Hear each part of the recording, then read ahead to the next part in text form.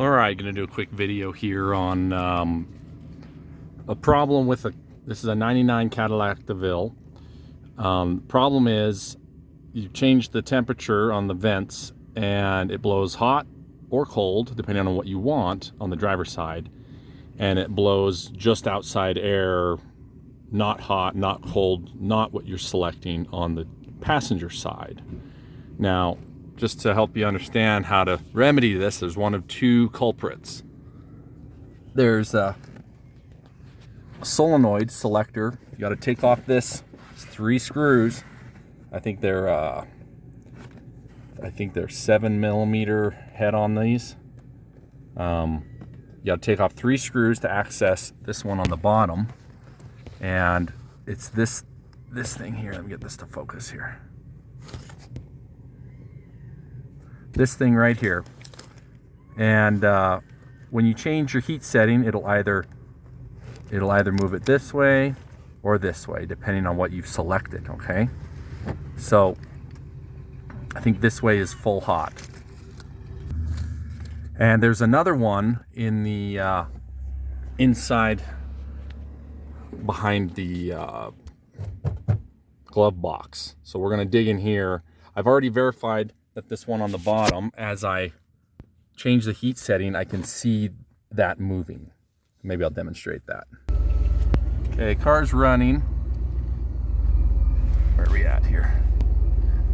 And I'm going to change the heat to cold.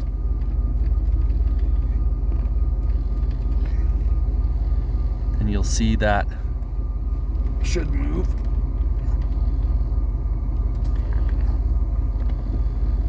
Yep, there it goes. So that solenoid is working, that actuator. And then if I change it to hot, sorry, got my music on. Change it to hot, you can see it moves. Okay, so that leads me to believe that and I'm still having the same symptoms. So that leads me to believe that the problem is in the one behind here. So there's, you need Torx head screw bit on this. I don't know what size this is. I think it's T15 is what this is reading here. T15. Gotta go here, here, here, here, and then 2 in here, here, and here.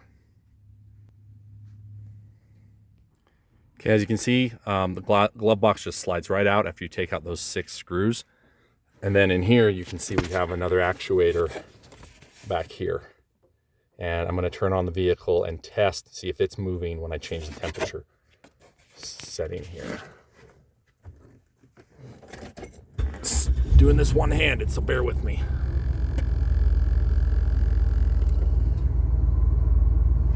We're going to go to cold. Pushing it all the way to cold.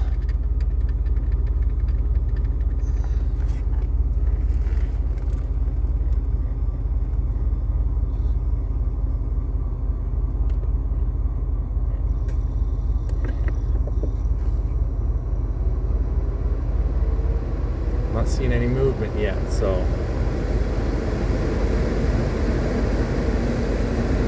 my temperature set to 60. Now I'm going to increase. Looks like that is working.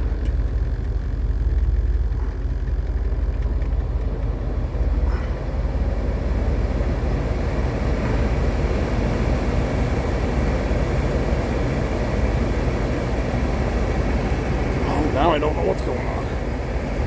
Okay, so I have determined that it is in fact that this top one that's causing the issue. If I've unhooked it here. So if I, oops, get that pin back in. If I move this way, boom, it starts blowing hot air. Okay? And if I move it this way, cold air, like instantly. Okay, so I just have to adjust. I think I might be able to, instead of replacing this, maybe I just need to adjust where this connects onto here. I think it's just probably slipped on these on these threads that are on this. So there's these threads on the end of this, and that's what grips this little white piece. It's got a little slot in there. That's what grips in there. So that's cold, that's hot. For only the passenger side, does not affect the driver's side. Okay, so I'm gonna play with this, see if I can get it working. Okay, doing a little more playing around in here. I've switched it to blow cold.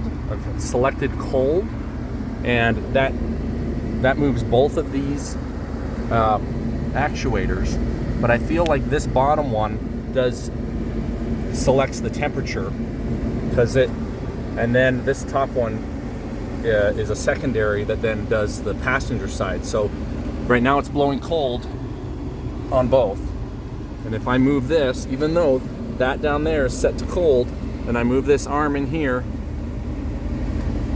suddenly I'm getting warm air out here and cold air out here. Hot, cold,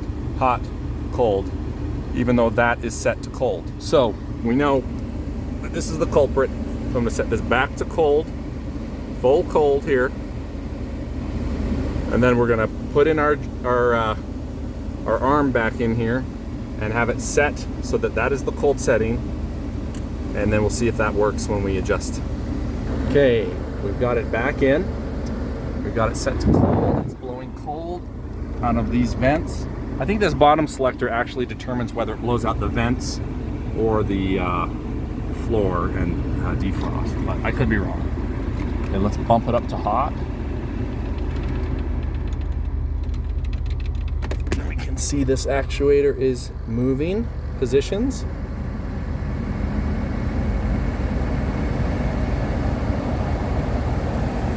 But it looked like it's going past the point we want it to. Moved too far. Went all the way 360 almost.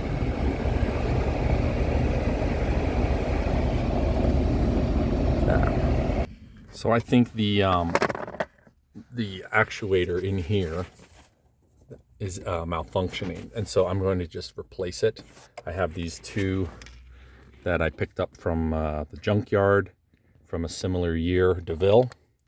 I just grabbed both of them out of there. They're identical, so they both do the same thing. So we'll see if one of these works. Stay tuned. So it might be hard to see, but there is a couple set screws that hold this in position. I'm trying to get this thing to focus here. They're basically they're going to be in these positions. Here, here, potentially here. There's either 2 or 3 holding it in position, and it's a 7/32 socket to get those out. You're going to want a little guy to get in there. They don't have a lot of space. Okay, so as you can see, there's only 2 screws, and it's on either side. One here and one here, and then there's a wire harness at the back you got to pull off. So when you get these 2 screws out, I left them in so you could see their location on the unit, but this just literally lifts straight up and out, and then you've got to undo the wire. So there's just a little, let me turn on my light here. There's just a little clip on the back of this that you push, and it slides right out. And here you can see this is the one I just pulled out. Okay, and these are the 2 spares I have. I'm just going to try one, see if it works, and crossing my fingers. I think this is what the problem was. I think with this was see how this is kind of above the body here. I think it's supposed to stop itself when it gets to the, sorry, apologize for the focus. See how it's kind of tilted up, and it's that pin, that white pin is wedged between the body. I think its range of travel, honestly, I'm guessing, is to go from here to here, not up and over and across the body. So I think that's what's wrong with this unit. It's just overcranked itself. And the reason I think that is, as you can see, it's kind of worn a track. You can see kind of a track in the actual plastic that it's kind of formed, as you can see. Come on. And I don't think that's normal. It's also peeled up the sticker. Yeah, this is probably just a faulty unit. Okay, now got the new old part put back in. So the part from the junkyard, put it back in. You've got to put in those screws in. Where was it? Here, and on the other side. You really got to go by feel, and you really don't have a lot of room to work. So I basically just used my socket with a little, with an adapter on, just to give a little more room to turn it, and just went hand tight, you know. And then I just snugged it up with my little 1/4-inch ratchet. So anyway, it's in the furthest position this way. I have it hooked in here. Now we're going to test it out and see if it's blowing hot.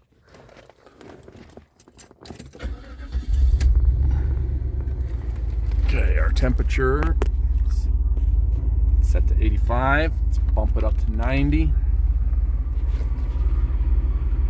Okay.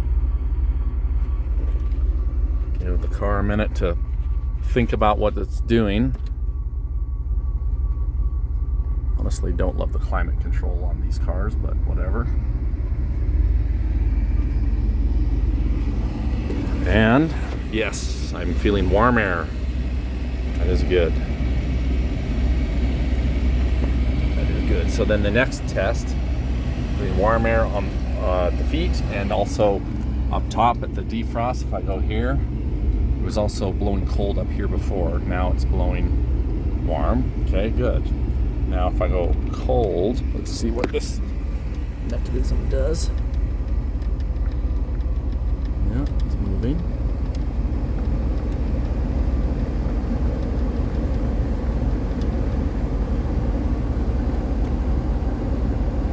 And let's turn that to auto. Okay. Blowing cold. Well, coldish. You know, I don't have the AC actually. My refrigerant is low, so it's just blowing outside air. So that's an improvement, though. So let's put this back up to 90. You can see that actuator moving. And let's feel. We've got hot air. Fixed. Great. Okay, after that, put your glove box back in, replace your screws, and then your 3 screws on the bottom, and you're good to go. Thanks for watching.